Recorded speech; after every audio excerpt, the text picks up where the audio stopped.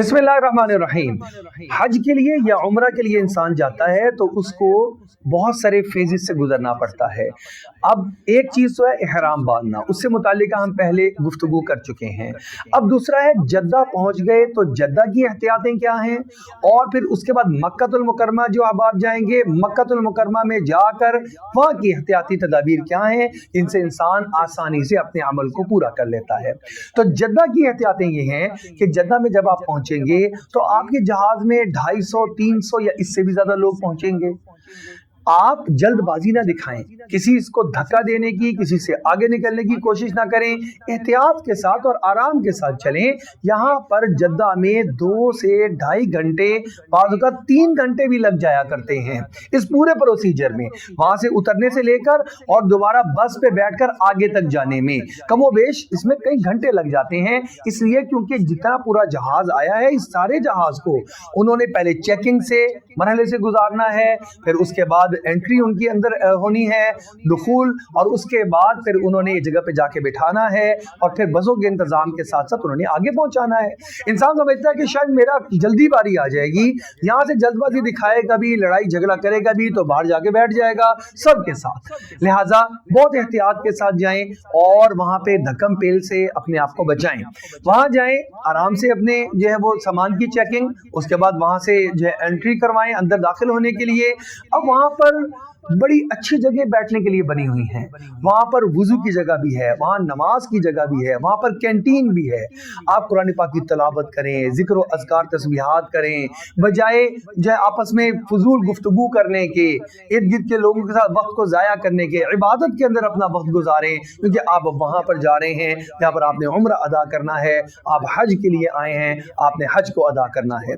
चलाते बसों से बिठाकर ये आगे ले जाएंगे। अब आप मक्का पहुंचे।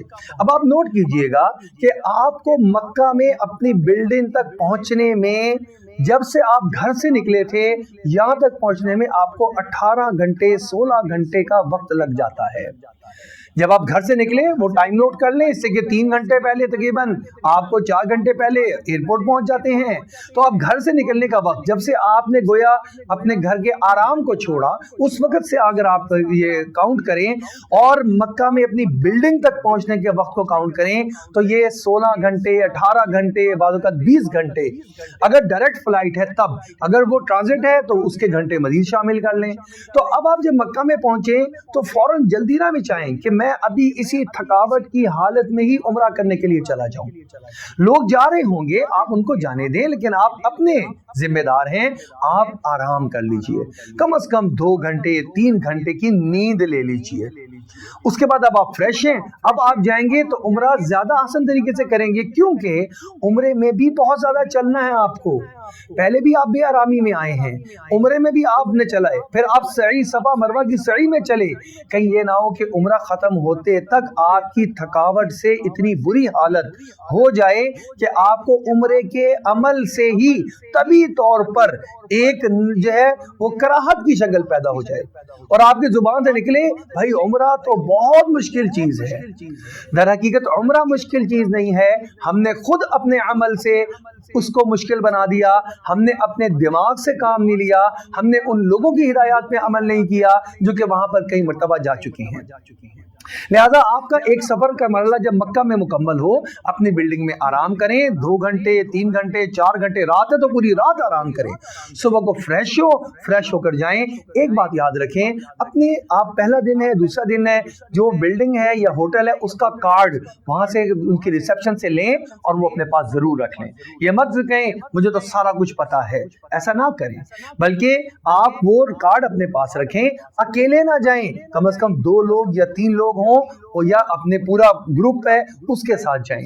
वहां बहुत ज्यादा सामान लेकर ना जाएं मक्का में, हरम शरीफ में, बल्कि आपके पास एक छोटा सा बैग होना चाहिए जिसमें आप जूते रख सकें अपने, और उसके अलावा आपके पास 7 दानों वाली तस्बीह होनी चाहिए। आप इहराम के जो चक्कर हैं उनको गिनती कर सकें, कुछ थोड़ी सी खजूर या ये चीजें रख लें, अगर आपको भूख का तकाजा हो तो आप खजूर खा सकें। शुगर पेशेंट बाज़ औक़ात होते हैं वो अपने साथ कुछ अद्वियात रखना चाहते हैं, वो रख लें। भूख बर्दाश्त नहीं ہوتی, وہاں وقت لگ سکتا ہے, بقایا آب زمزم وہاں پہ موجود ہوتا ہے.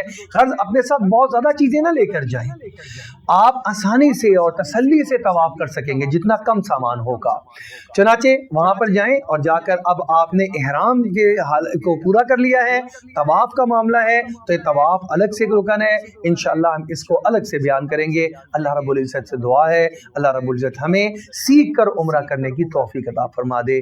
آمین.